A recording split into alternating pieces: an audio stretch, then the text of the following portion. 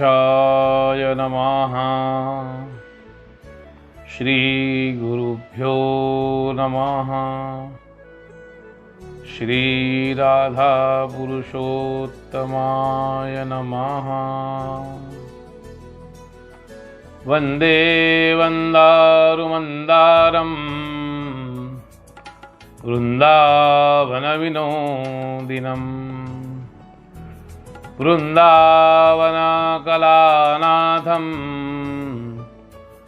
पुरुषोत्तममद्भुतं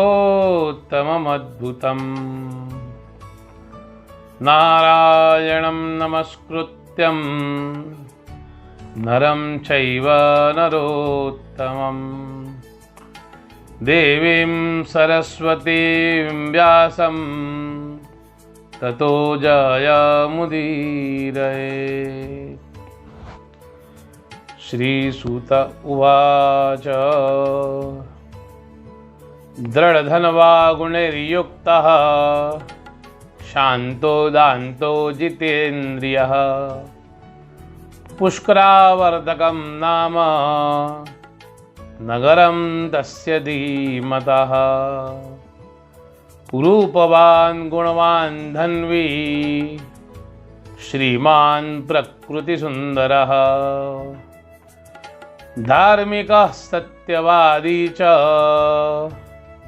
सत्यसन्धः समशुचिः वेदांगधर्मज्ञो धनुर्वेदपरायणः सुनिर्जिता ऋषड्वर्गः शत्रुसंघविदारणः।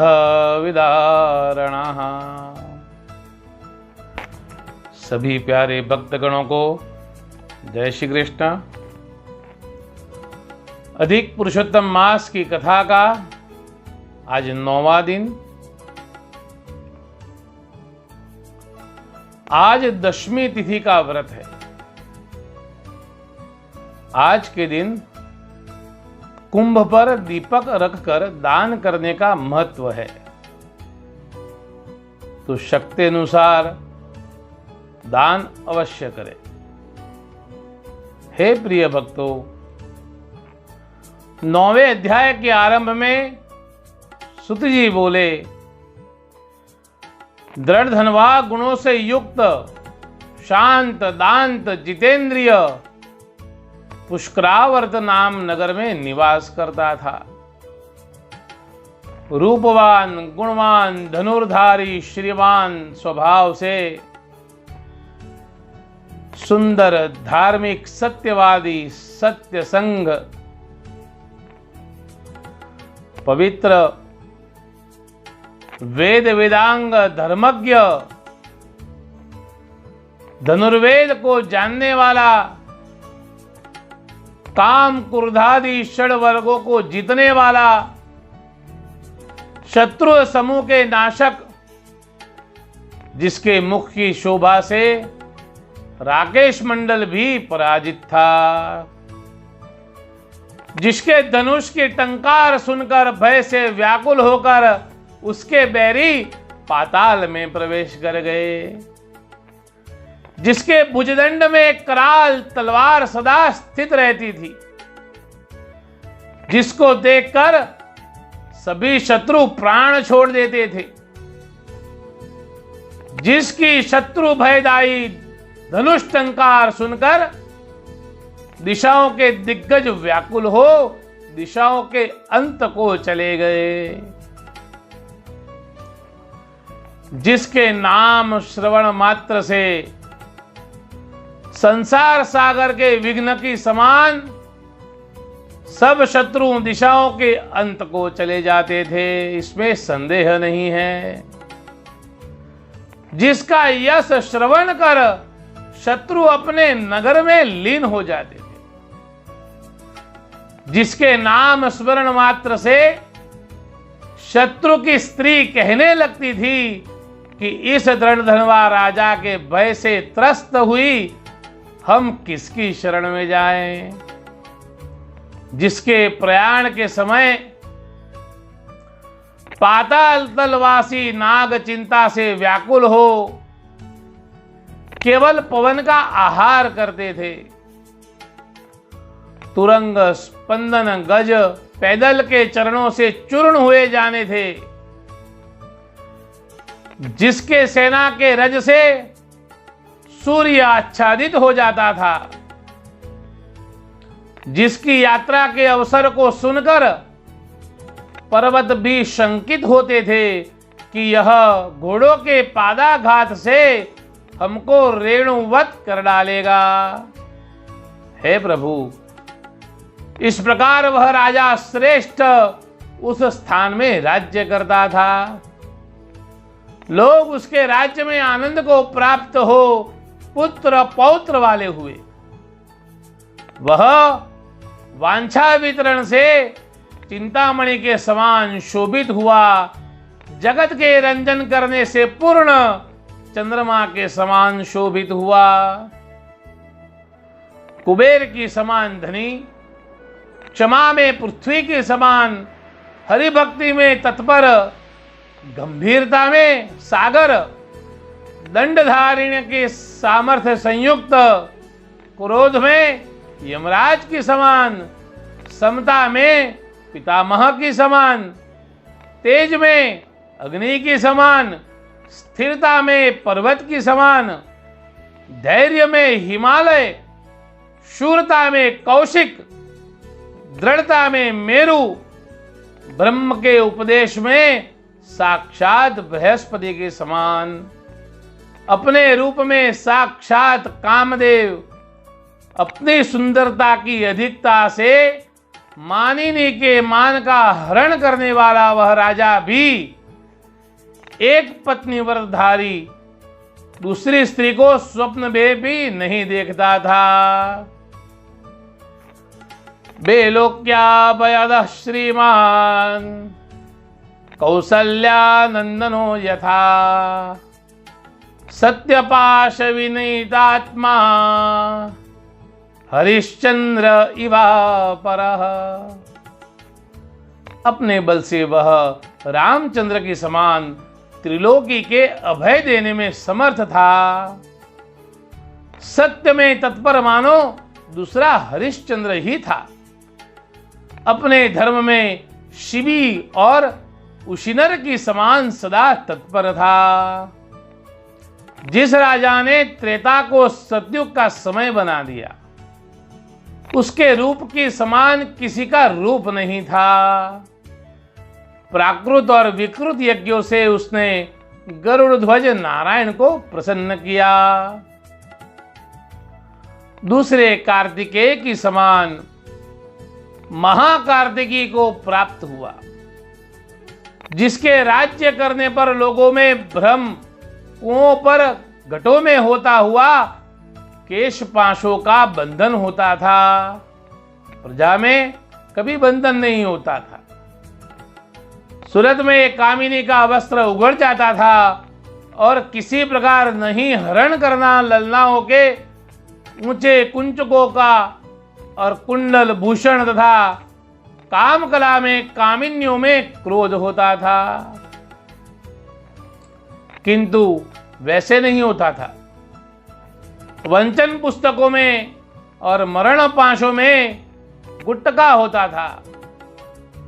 संभ्रम, क्रूरता, दैन्यता, मिथ्यालाप, कठिनता, नास्तिकता, स्वल्प भाग्य, दरिद्रता, भूत हिंसा, परद्रोह, परदाराओं में रति, क्रोध, मलिनता, मत्सर, चोरी, दस्युता, जड़ता, चुगली, क्रोध, पराये धन का ले लेना, अनार्यत्व, निर्गुणत्व, लालच, शत्रुता, तृष्णा, दंभ, कपट, कृपणता, हीर का हरि का सेवन न करना, माता पिता का असम्मान, वृत्ति के लिए धर्म सेवन। दृढ़ धनवा के राज्य में इनमें से कुछ भी नहीं था। ऐसे खरगोश के सिंह, मृग तृष्णा का जल, गगन के फूल और वंध्या के पुत्र नहीं होता। इस प्रकार इन वस्तुओं का अभाव था। ब्राह्मण अपने अपने धर्म में निरत, श्रुति स्मृति परायण थे। इस प्रकार उस दृढ़धनवा राजा के राज्य शासन करने की प्रणाली थी। जिस राजा के बुद्धि, इंद्रिय, प्राण, तेज अव्याहत थे, इस कारण वह एक राजा के समान पृथ्वी पालन करता था। राज्य में किसी के रोग भय श्रवण नहीं किया था। तस्करता, पिशुनता, शत्रुओं से पराभव सुनाई नहीं देता था। उस लाल लोचन दृढ़धनवा राजा के गुणों को कोई गुणी वर्णन करने को समर्थ नहीं है। हरि भक्ति युक्त उसके राज्य में बड़ा सुख था। उसके दिन नित्य प्रति नारायण भक्ति में बीतते थे। उसका पुष्करावर्त नाम नगर संपूर्ण समृद्धिमान था, जिसमें धर्मात्मा बुद्धिमान दृढ़धनवा राजा निवास करता था। यथामरावती स्वर्गे भाति देवगणान्विता, धरा संस्थापि सर्वांग शोभना नृपसापुरी। जिस प्रकार स्वर्ग में देवताओं की अमरावती शोभित होती है, इसी प्रकार राजा ने सुंदरता से संपूर्ण पुरी स्थापित कर दी। गली और चौराहे से सुशोभित, चैत्य और गुल्मों से मनोहर चित्र, ध्वजा पताकाओं से जहां की धूप निवारित होती थी, जहां का चतुष्पथ मार्ग हाथियों के मद से सिक्त होता था, चमेली की माला मार्ग में जहां तहां शोभित होती थी, चंदन मिले पानी से जहां छिड़काव होता था, जहां नित्य उत्सव के विनोद के निमित्त ध्वजा लगाई जाती थी, काला अगर जलाया जाता था, सहस्रों पुष्पों की माला जहां लटकती रहती थी, बिखरे हुए फूलों की सुगंध उड़ने से भौरे गुंजार रहे थे, हाथियों के मद चूने से राजमार्ग में छिड़काव सा रहता था, उसकी पुरी की उपमा किसी से भी नहीं दी जा सकती। छज्जों के ऊपर कीड़ा पक्षी बनाए हुए शब्द करते थे। उसका बड़ा दुर्धर किला 7 धातु का बना हुआ था, जिसको देवता भी प्राप्त होने में समर्थ नहीं थे। पृथ्वी में फिरने वाले मनुष्यों की तो क्या कहे, मानो लक्ष्मी अपना स्थान छोड़कर वहां स्वयं निवास करती है। जहां के मनुष्य के घर लक्ष्मी के रहने के स्थान थे, वे घर अत्यंत मनोहर सहस्रों ही थे, जिनके चारों ओर झरोखे के द्वारों से कांति निकलती शोभित होती थी। अनेक किवाड़ों में सोने की किले लग रही थी। द्वार द्वार में सजे हुए अनंत योद्धा स्थित थे। दिव्य घोड़ों के शब्दों से दिग्गजों का शब्द तिरस्कृत होता था। सोने चांदी के मनोहर ऊंचे मंदिर, वैडूर्य मणि की बनी सीढ़ी, अनेक मणिगणों से खचित वज्र से बंधे किवाड़, सैकड़ों इंद्रनील मणियों से जटित स्फटिक मणियों के समूह और अनेक धातुओं से चित्र विचित्र हरित मणियों से विराजित सैकड़ों वेदिका थी, जहां के स्तंभों में महामरकत मणि जटित है। पद्मराग मणियों से आकीर्ण विमल रिद्धिमान सरोवर, जिनमें दाड़िमी के भ्रम से अनेक तोते बारंबार पड़ते थे। स्फटिक के आंगन में महामरकत मणि जटित देखकर बिड़ाल के नेत्रों की भ्रांति से तोते और चूहे स्थित नहीं होते थे। अनेक प्रकार के उज्जवल संगाटक और सुवर्ण कलश महाउपवन से संसिक्त द्विज राशि में विराजित और बावड़ियों की सीढ़ी से पृथ्वी महाशोभित होती थी। कुमुद, शतपत्र, कलहार, कमल, अंबुज, कोमल, उत्पन्न कलहार, इंदिवर, चांदी की रेती की नदी तथा पक्षियों के शब्द, हंस, सारक, चकवा, चकवी, जल कुक्कुट जल में मदोन्मत्त होकर शब्द करते थे। अनेक पुष्पों के भार से जहां के पुष्प नम्र होकर अनेकों वीर स्त्रियां से व्याप्त, जिनके विलासों से देव स्त्री तिरस्कृत होती थी, इस प्रकार के अनेक कोटि महल वहां शोभित होते थे। जहां कमल नेत्र वाली स्त्रियां विचरती हुई उस पुरी को शोभित करती थी। वह अच्छी प्रकार स्नान किए विलासिनी मानिनी मदिरेक्षणा अपने श्रृंगार से देवताओं की स्त्रियों को तिरस्कार करती थी। वह राजा इंद्र की समान लक्ष्मी को भोग करता हुआ महेंद्र के भुवन की समान रिद्धि को भोगता प्रसन्न होता था।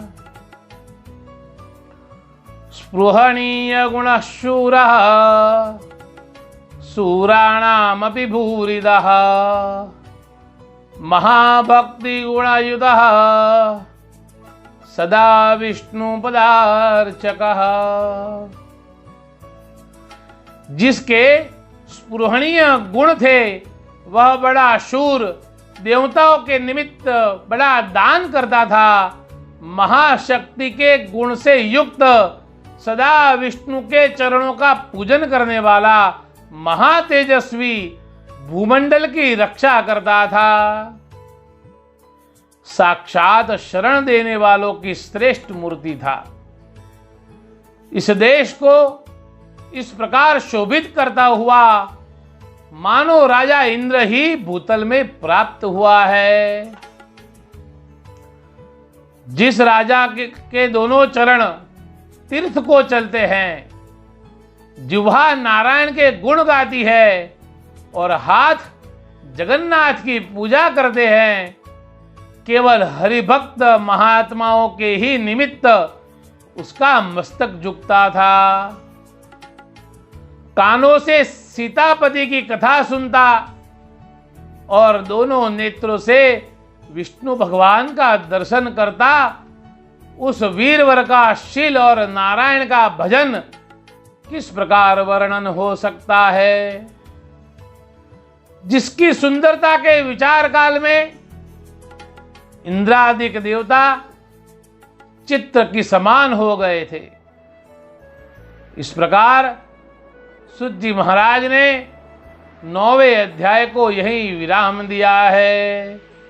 इति श्री पद्म पुराणे पुरुषोत्तम महात्म्ये दृढधन्वोपाख्याने राजधानी वर्णनम नाम नवमोऽध्यायः। श्री राधा पुरुषोत्तमार्पणमस्तु। अधिक राधा पुरुषोत्तम भगवान की जय। ओम नमः पार्वती पतये। हर हर महादेव हर। कल कथा के 10वें दिन 10वें अध्याय का श्रवण करेंगे। तब तक सभी भक्तों को जय श्री कृष्ण।